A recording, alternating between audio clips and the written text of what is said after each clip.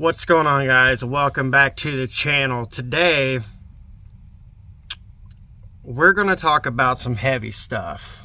I listen to and watch a lot of the Sean Ryan show, and the past 5 episodes that I have been listening to, the last 2 guys that have been on were Delta Force guys.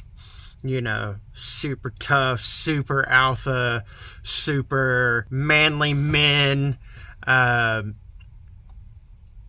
a part of capturing Saddam Hussein. One of them was in Mogadishu during Black Hawk Down and the rescue attempt. I'm going to link all 5 of the episodes. Yes, it was broken up into 5. There's 3 with Tom Satterly and 2 with Chris VanSant.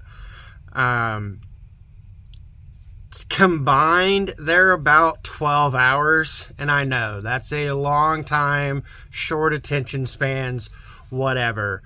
However, I highly recommend you watch these 2 guys talk about their experiences and then talk about their trauma and the PTSD and everything that came out of it. Situations that happened at home, all of it.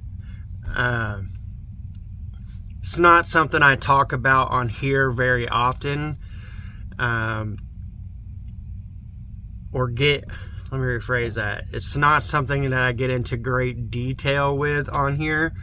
I have talked about my best friend who was in Iraq for a couple tours. I have not been secret about the fact I was never in the military. I've never seen combat. So I can only imagine what those of you that have been through that have seen and dealt with and still deal with. And watching current events unfold, it seems like things could get pretty ugly here on the home front pretty fast. And we preach about staying ready so you ain't got to get ready. And that's not just a staying strapped, staying ready. That's being prepared. I grew up being told, be prepared for anything. I learned my lesson early on. I was probably 10 or 11. Went on a hunting trip. I had a couple of duffel bags. One had my clothes in it. One was packed full of books. And when we got to the hunt camp, I realized that I had grabbed the duffel bag full of books, but did not bring my clothes for the week-long trip, and ended up having to wear some of my grandpa's clothes. And ever since then, be prepared. Stay ready so you ain't got to get ready. Yes, that's talking about these, but that's also talking about making sure you bring more than enough clothes with you, making sure you have food, making sure you have water, making sure you have plans. Like, all this stuff is super important. And we talk to you guys about that all the time, and we go on and on and on about it because it is super important.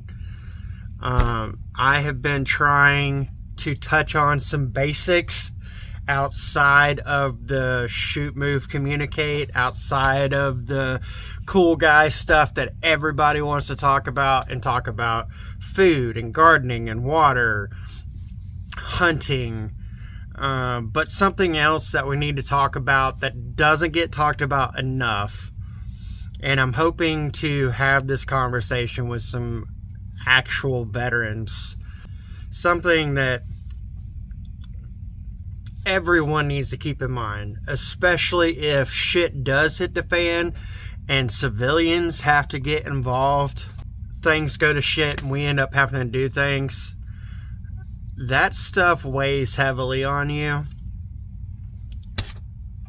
This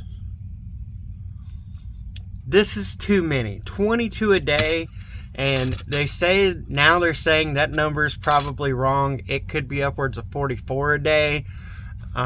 Sometimes it's lower, sometimes it's higher. That's too many. And it's all because we came from a mentality that men are supposed to be men, and they're supposed to be tough, and they're supposed to, you don't talk about your feelings because you're not a man if you don't talk about your feelings and stuff like that. But watching Chris VanSant and Tom Satterly talk about their experiences, and they were asked, what is something that could have helped you not have to deal with as much shit as you went through? What could have helped some of these guys who ended up becoming a statistic? It was like a thing I went to do to take a break from deployment and to better myself and professionalize myself and add some skills, I thought. And what it ended up being was this huge, like, heavy burden guilt trip where I felt like if I'd have been there, some or all of that shit wouldn't have happened. And it's silly. Like, you see, I still carry it. And I've come to grips with it over the years, and I realize that that's ridiculous. And you know, I'm therapy and talking to people and communicating with folks, and no one's ever said anything to me like, man, if you were there, like, thank God, and like nothing like that has ever happened. And I don't think anybody ever thought that. But I've carried that for, well, as many years as that's been, almost 20 years now. And it's still as painful as it was then. I just deal with it a little better now than I used to. And that was a triggering year for a lot of things. So when I went back to squadron after that. Hold on. There's a lot of people that deal with that. Sure. What are some pointers? What are something that can help somebody that's getting over that? Talk to people. Communicate. Talk to people. You are your biggest enemy. If you stay in your own head, in your own mind, and you compartmentalize that shit, and you don't share it with anyone, you will convince yourself that they are thinking those things. Like, man, he let us down. It's just not true. It's never, ever true. But if you don't discuss it, you don't get that reinforcing assistance of someone going, no, man, no. Like, that shit was going to go down no matter what. Like, that happened because of a myriad of circumstances that are beyond your control and had nothing to do with you. But if you don't communicate, you're going to continue to hold that in yourself and think those things. You know, it's like when you're in a relationship, like with your spouse. Like, I say this with my wife all the time. I'm like, if I know something's bothering you and I say, what's bothering you? And you say nothing, my head turns it into the worst possible thing of whatever the situation is. She's mad at me because of this. She's mad at me because of that. It's probably all completely false. But because we're not communicating effectively, because I'm not openly discussing it and you're not openly discussing it, we don't get to dispel with all of the super negative and figure out what the root of the real problem is. So, yeah, my advice would be communicate with people. Yeah. But that's 40-some folks over the course of 20 years. That's a lot of loss. Yeah. And it happens, and it's part of what we do, and it's part of the lifestyle we chose. But the way that you deal with it isn't by shutting it all down and sticking it in a box and never talking about it. Just the fact that you're able to say that you wouldn't go back and change anything in the advice that you're giving to other people, I mean, that's going to help. That's going to help thousands of people, and it's proof. I mean, it's very obvious you're still in pain over it, but that's proof that you can fucking move past that kind of stuff, and it's not your fault. And I think that's going to help a lot of people. And it's okay, right? Like we laughed about it, not on camera, but I'm cool with that. Like, I'm okay with my emotions as it relates to those things. Why? Because they are horrible, traumatic experiences that are difficult to deal with for anybody. And the second thing is trauma. Like, I shouldn't even quantify it. Whether it's 1 or 50, whether you're in a car accident or your parents get divorced and it's a shitty situation. Trauma is trauma, and the impacts of trauma are by and large the same across the board. The symptoms are similar, and people try or want to, or you as an individual want to quantify, like, well, that guy's been through so much more than me, so I can't relate. Bullshit. It's all relative. It's all relative. Trauma is trauma. The mechanisms for recovery and getting better and getting past it are all the same. Thank you for saying that. Trauma is trauma. It doesn't matter if you're being shot at or if it is something that happened in your childhood or whatever. Trauma is trauma. Your brain sees it the same. It doesn't matter how you got it, right? The reason this is so important to me is because my best friend, I don't know if you can read that. I hope you can. My best friend became one of those statistics, became a number in the statistics, even though I tried talking to him about it. And that's something that's always weighed heavily on me. I didn't do enough. I should have brought him home with me that night. Even though I offered like a dozen times and he kept telling me no, he was okay. I should have just packed his bag and brought him home with me anyways, so the next day wouldn't have happened.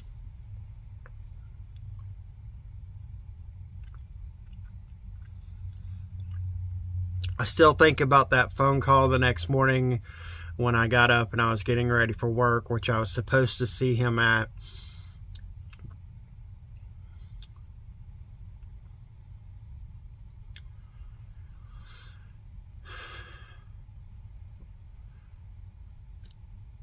We all face trauma, trials, and tribulations in our life, whether it be from combat or day-to-day life. We're all going to face it.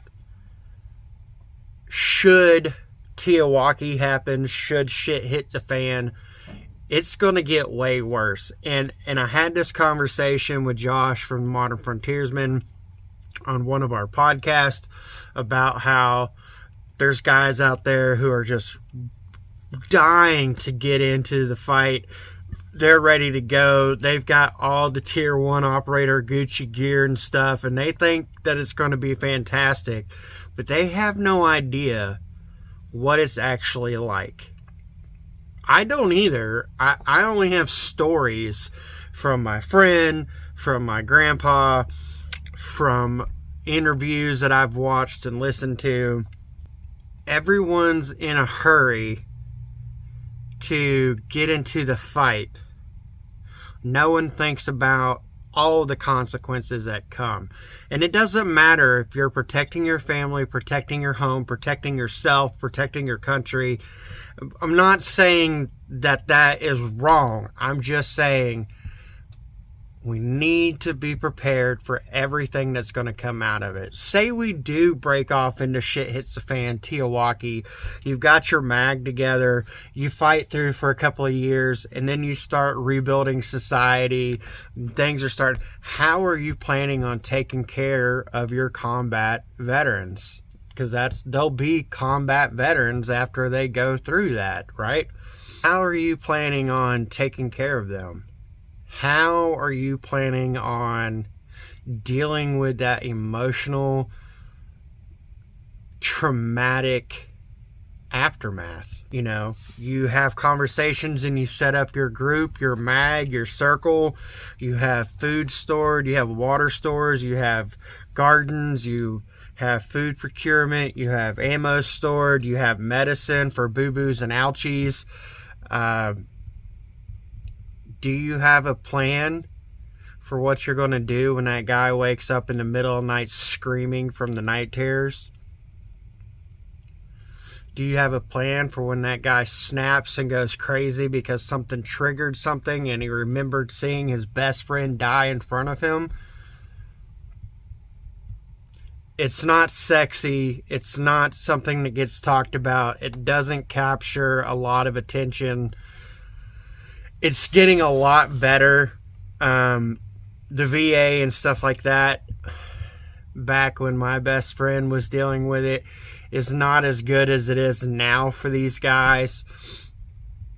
And he was just regular cavalry. He wasn't he wasn't a special forces guy. He wasn't a tier 1 operator. I don't know if this is making any sense. I have tried. Like, I normally will think about the topic that I want to talk about, and I have key points that I want to hit, and I usually can make it be somewhat concise and make sense. I have went over this for days on how I was going to go about this video. You're going to see this in a couple of hours. That's how long it's taken me to shoot this video.